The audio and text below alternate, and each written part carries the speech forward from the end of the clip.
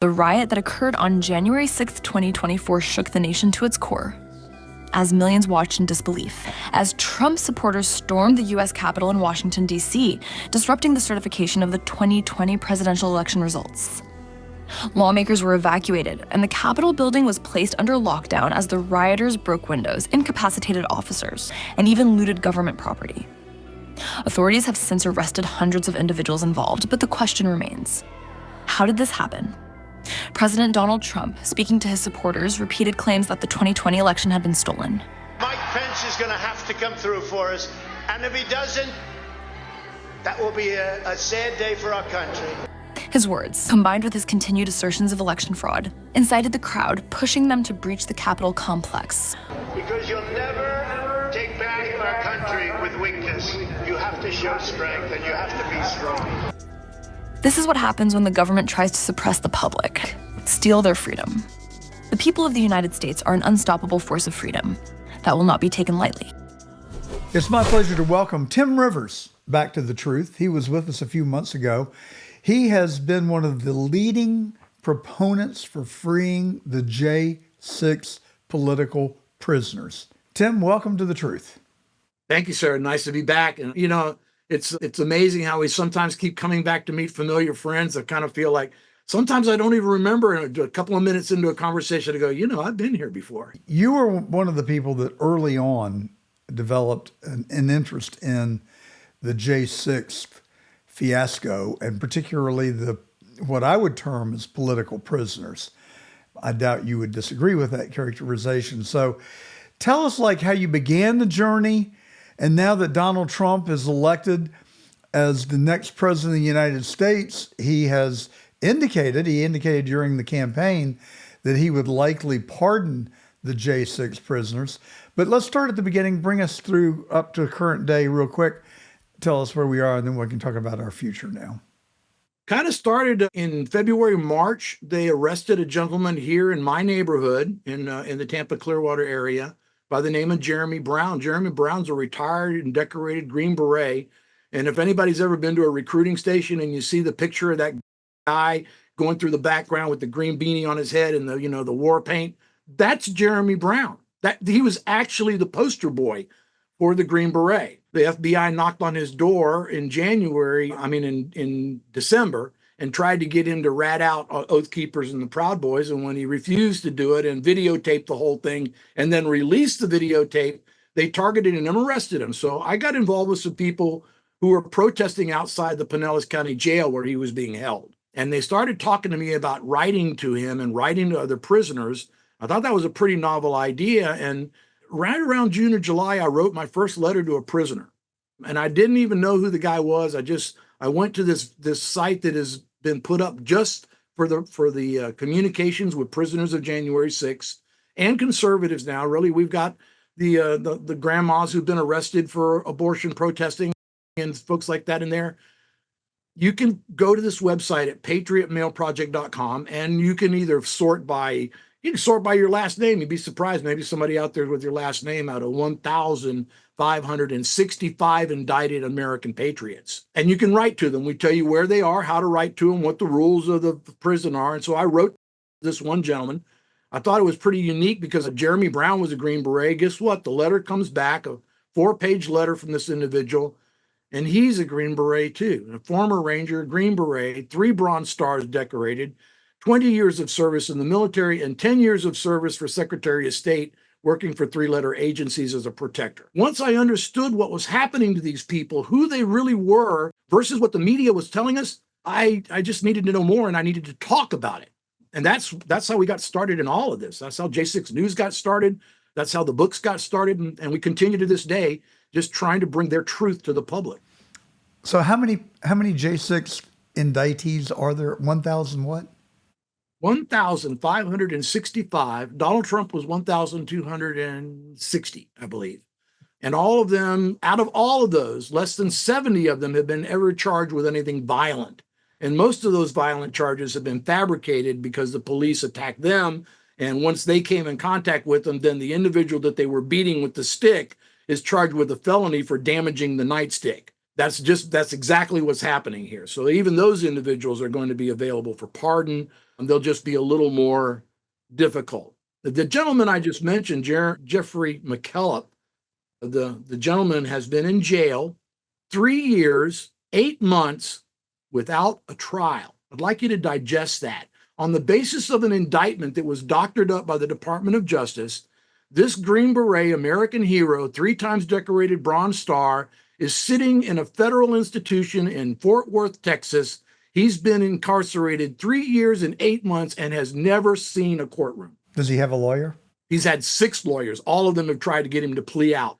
I have probably seen 3 to 4 lawyers that were worth their salt and money. The rest of them have, even in some cases, colluded with the prosecution in order to preserve their ability to operate in DC. It is lawfare on a scale that I don't think most Americans can comprehend, but it's there, and you're going to see it. When Matt gets in control here, the curtain is going to be pulled back, like Frank Zappa said, when the cost of maintaining the illusion is too great, they're going to pull back the curtain, turn off the stage lights, move the scenery out of the way, and you're going to see the brick wall at the back of the theater. And that's what we're about to see, I believe, in February. I so hope you're right. But they are going to go kicking and screaming. Whether Matt Gaetz can get across the line or not, I don't know. But I certainly share your enthusiasm for his nomination. I hope that he wins, and I hope he goes to the Justice Department and kicks ass. The damage that these people have done to the lives of the people that they have targeted. How many people are actually in jail? I have just under 300. I think the number is 285. And many of them are being held pre-trial, like Jeff McKellop, without due process, without the right to defend themselves. And what about habeas corpus actions? Does that? We filed three of them for Jeff, 2 in Texas and 1 in DC, and they all came to naught. Again, once lawfare is engaged, I don't think people really understand how thoroughly the District of Corruption has left the table of justice. And I think you'll see that revealed. I think these judges, these District 3 judges, Article 3 judges, are going to face impeachment for some of the things that they've done. And then at that point, you'll be able to see. But the transcripts are available as public record. If you want to see some of them, go out to our website at J6 Patriot News, read some of the comments and read some of the letters from the prisoners. They talk about their court dates and what's happened in there. There's a pretty big community out here that we've built up over 3 years, both on Telegram, X, Twitter. I mean, it's pretty pervasive. And now we're all very focused, I think, as you can tell, on what comes after January 20th. Where do I stand on February 1 with these prisoners? What happens when I take 285 men and women who have been incarcerated, have no income, have been taken away from their homes, may or may not have family to meet them? What happens when you turn them out on the street with the clothes on their back and just enough money to get to a transportation hub? Where do these lives go from here? The damage is not done. It's and you may never be able to repair it. The damage to families is, I can't even describe it. I will just ask you to go to j6patriotnews.com, read some of the letters of these people as they talk about the destruction and the damage to their families, and they lose their wives, they lose their properties, their children turn against them. It's a horror show, and it's all unnecessary. And I think that will be so evidently proved even better than we've done over the past 3 years when justice returns to DC. It makes me incredibly sad to imagine that someone who chose to go to the Capitol to protest what they believed to have been a stolen election, which I also happen to believe was a stolen election, and I want to talk about that some more in a moment. But it just makes me really sad, frankly, that this could happen in our country. This is the material that we would expect to see coming out of the Communist Chinese Party or the Republic of Russia, or even worse, Belarus. I mean, this is just not supposed to be possible to even happen in America. What in God's name has this country come to? And where do these, you call them Article 3 judges, where do they come from? They're appointees. They're presidential appointees. And most of these have been Obama or Clinton appointees. A few of them have been Trump appointees. And I would say they have also not been all that great. Some of them have been okay. the types of over sentencing, the type of collusion with the prosecution. When you got a prosecutor who's struggling to understand and put something across to the jury, and the judge stops him and lectures him on how to present the evidence to the jury properly, do you think that's even correct? I mean, well, that's what we call prejudicial. yeah, I mean, there is so much going on here. It's very difficult. I mean, if you had 5 hours, I could probably scratch the surface for you. But what I keep telling people is we've become lazy purveyors of information. Really, we have.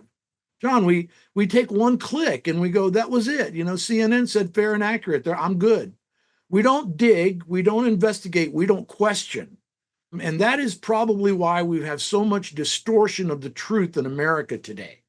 Because I flip to mainstream media channels just to check them out, and I'm like, which planet are they on? Because it doesn't seem to be the same one I'm on. And so that disparity between the truth and between the media facade that now seems to be very politically motivated, if not completely controlled, has damaged the relationship between Americans to the point where they want us to hate each other and to take arms against each other because you're the victim and I'm the racist, or I'm the oppressor and you're the person who's been denied everything because I succeeded.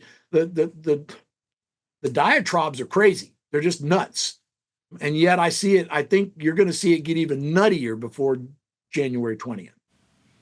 So January the 20th, Donald J. Trump will be inaugurated the 47th president of the United States. I pray for his safety. I hope that we get to witness his hand on the Bible and to see him sworn in. I do really worry about another assassination attempt because he is not a threat to democracy. He is a threat to bureaucracy. And these people are playing for keeps, and they know that when he gets into office and brings people like Matt Gaetz with him, there's going to be hell to pay. And we're going to pull the curtain back. Is there any accountability for these Article 3 judges? Are they untouchable? I mean, obviously impeachment is an option, but can they be prosecuted for violating the laws that they have sworn an oath to uphold?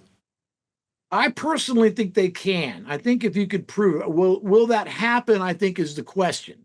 I think, to be frank, that there is a split in our community between restoration and retribution. I believe some people have reached a point where they are unwilling to forgive what has happened because it is unconscionable. And the destruction is so vast. Children with PTSD from being drug out of their homes in the dead of night have lasers and pointed guns at them, had their parents drug away in their underwear, the neighbors out there. I mean, dude, go look at the videos on my website, go to my interviews, listen to some of the interviews of these J6ers and the videos as their neighbors videotaped these horror shows as they were taken down as if they were Al-Qaeda. These are the things that I think some people will never be able to forgive, the damage to their lives, to their children, to their families, and they want retribution. They want accountability. They want to see those people exchange places with the J6ers. And I sympathize with that. I get the point very clearly. I think that this narrative that you are referring to is nothing more than the continuation of a manipulation to get us to fall in line with the narrative. So I don't really care what they call it. When Laken Riley's murderer was convicted, nobody called it retaliation or retribution. They called it a just sentence for a heinous crime. Well, I don't think these Article 3 judges should be let off the hook because somebody calls it retaliation or retribution. It is accountability for violating the oath of the office that they took and desecrating the laws that they swore an oath to uphold. I make no apology, and it has nothing to do with retribution or getting even. It has everything to do with making sure that it never happens again. Not in this country. The way that happens is that we write it down and we don't forget it. Again, go to my site, j6patriotnews.com. Go to my judges section. I got a whole section on every one of these Article 3 judges, who they are, who they've sentenced, what their backgrounds are, what they've done to J6ers, where they've acted unconstitutionally. It's all there, folks. We have busted our hump to gather this information for the American public, but I guarantee you, you're not going to find my URL floating around on X or Facebook very often. So you can, the way we do this is we're guerrillas out here. We're passing information, basically in little rolled up pieces of paper. j6patriotnews.com. Everything you ever need to know. So why are you not resorting to Facebook and X and traditional social media? I'm on there. I'm just shadow banned.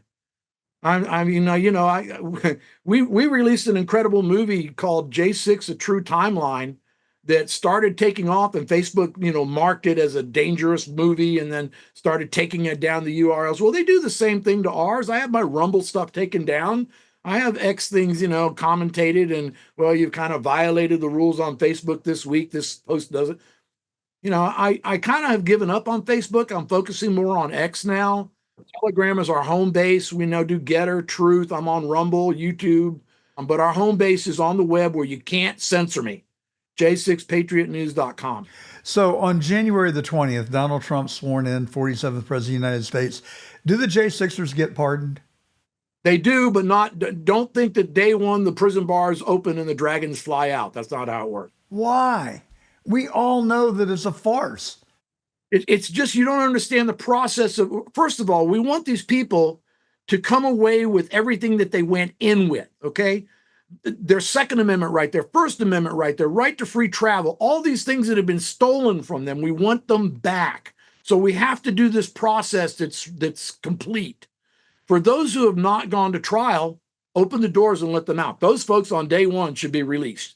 They've not been convicted. He can stop their prosecutions on day one and have them turned loose, those who have been indicted and held, including those at home awaiting their axe of Damocles to fall upon them. The second thing you can do is begin to commute sentences that were unjust and unfair. And there's 3 different types of pardons. We've done a very thorough job for President Trump. J6pardonproject.com. You can't even, it's so easy. J6pardonproject.com. Suzanne Monk, Tricia Hope, Penska, Tamara Lee, they have researched all the pardons of innocence, including the ones for General Flynn and Stone, those folks, and they've crafted a complete blueprint, including an entire database of all the J6ers, their charges, violent, nonviolent, being held, trial, pretrial, over sentence. Everything's all written down. Everything's database. We are waiting for day one when he can begin to move against that. But on day one, not everybody's going home. And I think it's unrealistic to expect that. I think you could realistically be looking at 30, 40 days before all of them are gone through the process. The ones that with violent charges, obviously the most problematic. You need to see, was it really violence or was it once again overcharging, or a police officer flailed and hit this guy on the head and he gets charged for the felony instead of the police officer having, not been in control of himself. Well, the whole thing is so wrong, and it's so obvious that it's so wrong. And so questions that I have in my mind, I think the symbols that stick with me from J6 are Ray Epps, Ashley Babbitt, and the pipe bombs. So talk to us about it. Who is Ray Epps? Have you ever encountered him? Have you made any attempt to contact Ray Epps? Has anybody? I haven't, but many of our community have, and he's a very, very shy person. He takes off like a rabbit if you come near him. I think there's problematic about Ray Epps, and he had an entire cadre of people with him, and their actions are very clearly demonstrated. Again, J6, A True Timeline. Folks, if you ever had any questions, any questions about what happened on J6, this movie shows you things happening all simultaneously on the same time frame. So you understand, where was President Trump when the violence was already taking place at the Capitol? You see all these things finally put together in a timeline that lets you see the entire event as it plays. And you can find it's free. We don't charge you for it. Go to open.inc/J6.